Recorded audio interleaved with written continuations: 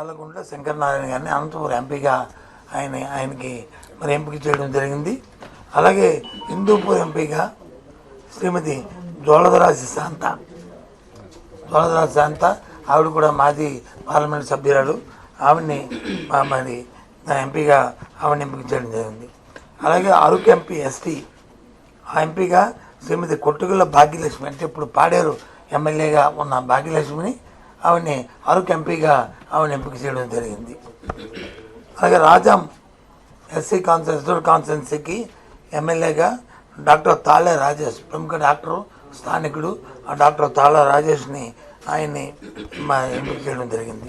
అలాగే అనకాపల్లి ప్రస్తుతం ఉన్న మన మంత్రి గారిని వారిని వచ్చి వారి సేవలు నిర్వహించుకుంటూ, అలాగే మలసాల భరత్ కుమార్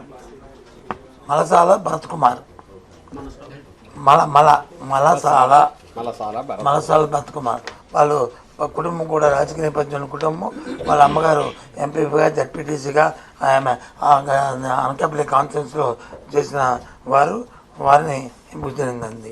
అలాగే పాయకరాపడే ఎస్సీ స్థానానికి అక్కడ ఎవరైతే ఇంతకుముందు ఇక్కడ మా రాజ్యాంలో ఉన్న శాసనసభ్యుడు 3 సార్లు శాసనసభ్యుడిగా అయిన కంబాల జోగులు గారిని వారిని పాయకరాపేట ఎస్సీ కాన్ఫరెన్స్లో ఆయనకి మరి ఎమ్మెల్యే క్యాండిడేట్గా ఆయన ఎంపిక చేయడం జరిగింది రేపు పోటీలో. అలాగే రామచంద్రపురంకి ప్రస్తుతం మన మాజీ మంత్రిగా రాజ్యసభ మెంబర్గా ఉన్న పిల్లి సుభాష్ చంద్రబోస్ గారి కుమారుడు పిల్లి సూర్యప్రకాష్ని ఆయన్ని అక్కడ అభ్యర్థిగా నిర్ణయించడం జరిగింది. పి గన్నవరం ఎస్సీ విపర్తి వేణుగోపాల్ ప్రస్తుతం ఎవరైతే జడ్పీ చైర్పర్సన్ ఉన్నారో, జడ్పీ చైర్మన్గా తూర్పుగోదావరి జిల్లాకు ఉన్న వాయిని అక్కడ అభ్యర్థిగా ఎంపిక చేయడం జరిగింది. పిఠాపురం శ్రీమతి వంగా గీత గారు తెలియని వాళ్ళు లేరు.